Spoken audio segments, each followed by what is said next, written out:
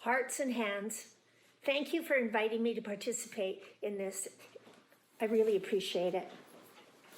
My talk is about how to assist me in living well with dementia.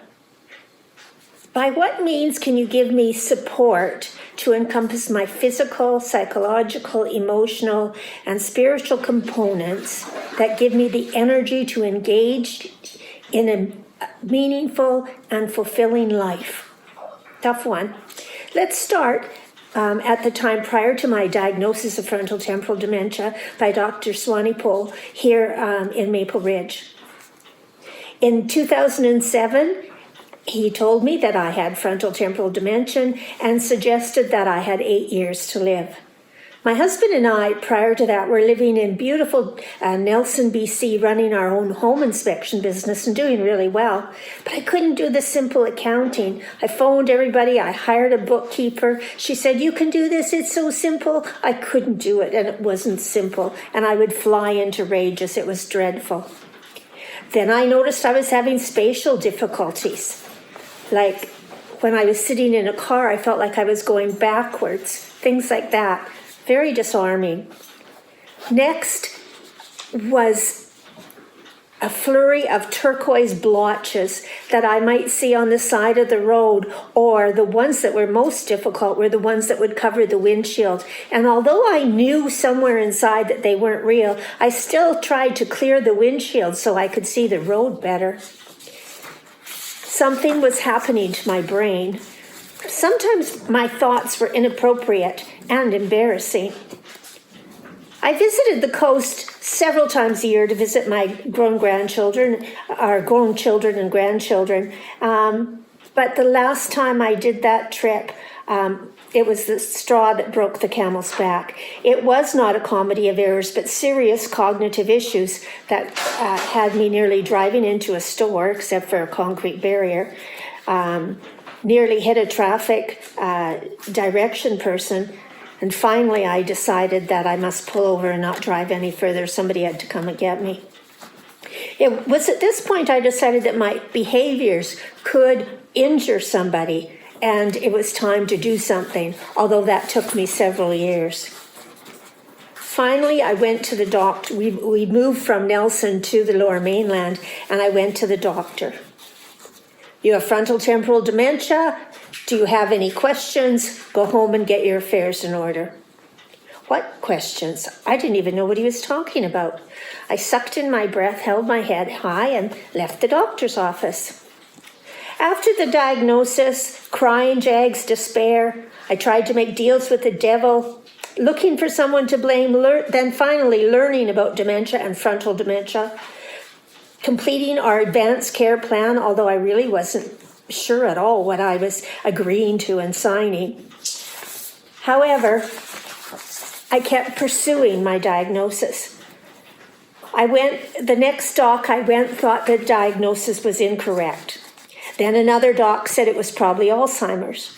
A seniors clinic was my refuge. A female doc worked with me for several years, recalled my driver's license as she diagnosed me with Lewy body dementia. The reason for all this preamble is to explain that my situation is not unique for folks looking for an accurate and concise diagnosis. I know, though, that an accurate diagnosis cannot be made without an autopsy. The last specialist I went to several years ago said he could cure all dementia, and he suggested to me by having people go outside in his particular parking lot and getting us to do exercise, he could cure us. You know, that's really tough to hear, but that's what's happening out there. My symptoms are more exasperating than they were 5 years ago. Word finding, remembering names, remembering to shut off the stove and the water are some of the difficult situations. When we have had to replace our kitchen living room floors twice because I've left the water running and severely damaged them. But I've learned to write poetry, to paint, to feel good about myself. I've learned not to beat myself up too badly, although the committee of jerks in my brain reminds me regularly of my errors. What can you do to help people like me with cognitive difficulties? Number one, accept an education. Stigma is the thing that harms us the most because it takes away our confidence. And sometimes that can last for weeks or months, or for some people never get over it. People need time to complete tasks like paying for groceries, packing the groceries, finding someone to help with directions, reading menus, speaking slowly, and including us in your conversations make us feel involved and worthy. It's not about reinventing the wheel. It's about treating others, no matter what, the way you'd like to be treated. To redirect is to lead, and people prefer someone they trust and enjoy, not someone who shames and frightens them. Stick to a calm, friendly voice. Make sure your body language follows suit. A warm smile, eye contact, a light touch, and relaxed posture makes the listener more open to your suggestions than if you frown or hunch your shoulders. You can also use body language to guide a person. An arm around a shoulder or a hand outstretched is an invitation. Ask them questions to learn more. Although redirect is an action word, bide a little time gathering a better understanding of underlying feelings about whatever the situation may be. When you have a sense where someone is coming from, emotionally and physically, you have a better idea of how to redirect. You are also better able to be reassuring, and your empathy in turn makes the person feel understood and therefore more receptive to you. Great words to accomplish this is ask yourself these questions, and that person. Is he bored? Remember, old folks like to keep their hands busy. I should rephrase, all folks like to keep their hands busy. Is he or she upset about something? Bad memories, incidents from the past? Is there something in the room or in the particular situation that triggers this upset? Questions you could ask. Ask if the person has to go to the bathroom. Ask if you could get them something. Ask if they're cold or tired or hungry or thirsty. Could you help them find something? How could you help them with something that they're trying to do? Or you could just ask them to tell you more. Empathize, don't argue. Avoid arguing and using reason. Don't do that or you'll fall. There's no such thing as what you're experiencing. They're all in your head. Words like that are not helpful. People with dementia lose the ability to follow logic, so this isn't an effective motivator. Instead, it only makes people defensive. We retreat when your goal is getting us to move forward. Be reassuring and agreeable. It's okay to go along with a delusion. You don't have to be as blatant as saying, oh yeah, I see the little men too, but you can be empathetic. You could say, yeah, I know they really upset you, or why do you think they're so quiet? Do you think the cat can hear them? Try bridging statements. Bridge phrases are expressions that help to move things to a new place. These turns of phrases are especially useful when someone is stuck in a particular conversation groove. You might say something like, the meal hasn't come. Oh, you know what? That reminds me of when my grandpa said he had milk and ice cream delivered. Did you have milk and ice cream delivered to your home? Or, I like that story. I've also heard that, and you could tell a story. It's such a nice day. Why don't we walk outside and see if there's any birds around? I know those little men are upsetting. What I'd like to know is why they're so quiet. Introduce a diversion without belaboring the reason for it. Hey, I have an idea. Or, why don't we? Or, look what I brought you. The best, I need your help. Know that boredom often fuels repetitive behavior.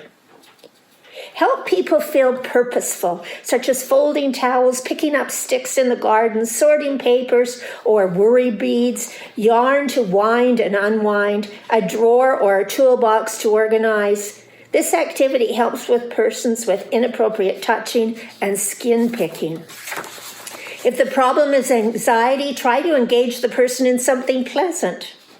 3 successful themes for restless behaviors involve music, like playing an iPod, comedy, like an old slapstick movie, or touch, such as an animal. Sometimes just sitting holding hands is soothing. Our communities need to supply outdoor restrooms, more benches for resting, activities that bring us together to refuel ourselves by having groups of like-minded individuals. Transportation needs to be upgraded for all people. However, here's the thing. I have a pass to ride buses and how to use the handy dart, but I lack the capacity to actually know how to use the system.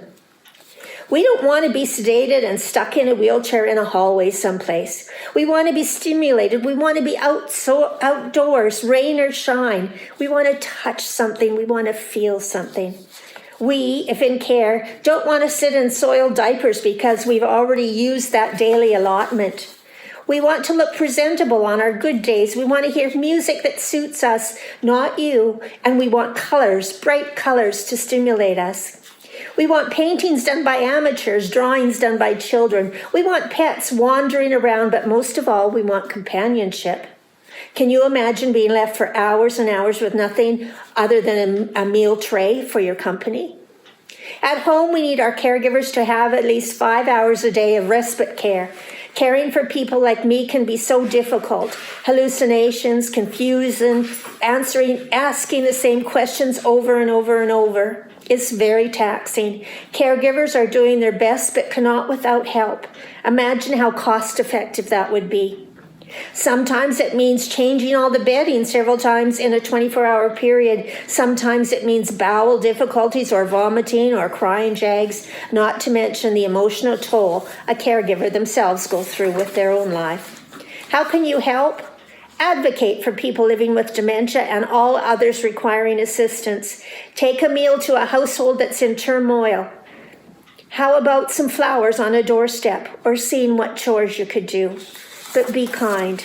And for caregivers who are working in long-term care, take time to look after yourself. It's a hard job.